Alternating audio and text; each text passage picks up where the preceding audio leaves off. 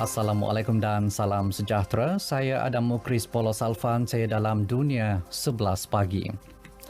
Tidak sampai 24 jam pengisytiharan pengencatan senjata oleh Israel Hamas, polis Israel bertindak melepaskan peluru getah dan bom tangan ke arah jemaah penduduk Palestin di perkarangan Masjid Al-Aqsa Baitul Maqdis. Bulan Sabit Merah Palestin mengesahkan 21 orang mengalami kecederaan. 2 daripadanya dikejarkan ke hospital. Pejabat Presiden Palestin mengecam perbuatan tersebut lebih-lebih lagi ketika umat Islam baru sahaja selesai menunaikan solat Jumaat. Dalam pada itu, pemilik bangunan yang menempatkan organisasi media antarabangsa di Gaza yang musnah akibat serangan udara Israel akan mengheret kes ke Mahkamah Jenayah Antarabangsa ICC. Pengadu Jawad Mehdi berkata, serangan pada 15 Mei lalu terhadap Menara Jala merupakan jenayah perang. Bangunan tersebut menempatkan pejabat agensi berita, Associated Press dan Al Jazeera. Menurut seorang peguam, Gilles Davis, pemilik bangunan itu yang merupakan penduduk Palestin telah memberi mandat kepada peguam untuk membawa kes tersebut ke ICC. Jerman akan mengenakan perintah kuarantin selama 2 minggu kepada individu yang tiba dari Britain mulai esok. Hanya mereka yang memperoleh keputusan saringan negatif yang akan dilepaskan.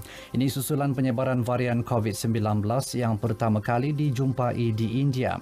Institut Kesihatan Robert Koch bagaimanapun memaklumkan hanya warga negara dan penduduk Jerman yang dibenarkan masuk dari Britain. Sementara syarikat pengangkutan udara, kereta api dan bas dilarang membawa penumpang lain dari negara berkenaan.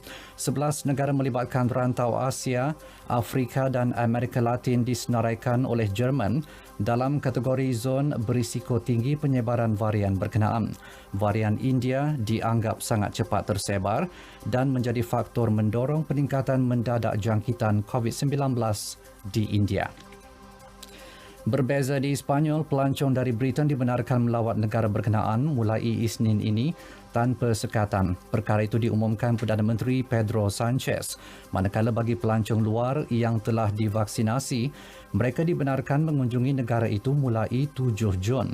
Keputusan itu bertujuan menghidupkan kembali industri pelancongan Spanyol yang terjejas teruk.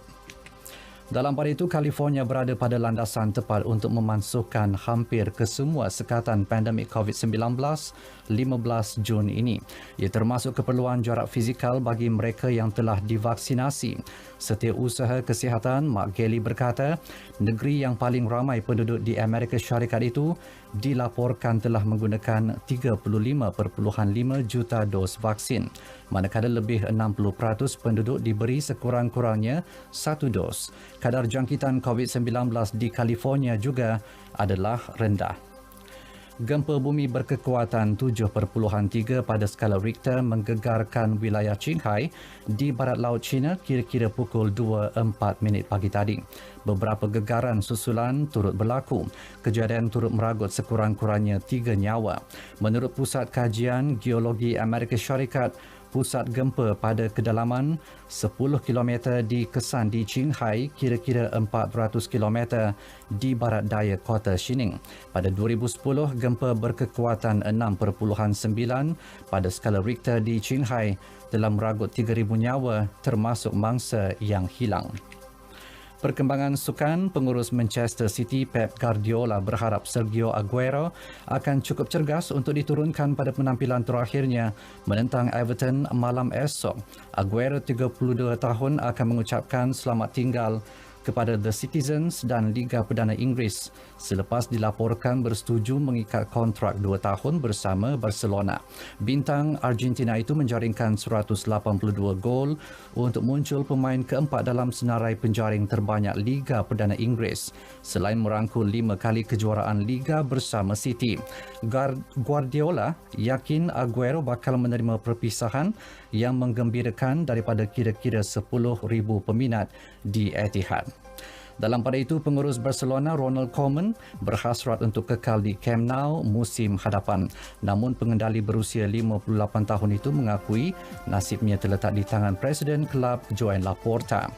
Koeman bagaimanapun enggan mengulas lanjut perkara itu sehingga perbincangan diadakan sejurus La Liga tamat. Sekian berita yang disunting oleh Muhammad Fadli Osman dari Pusat Berita RTM. Assalamualaikum dan salam sejahtera.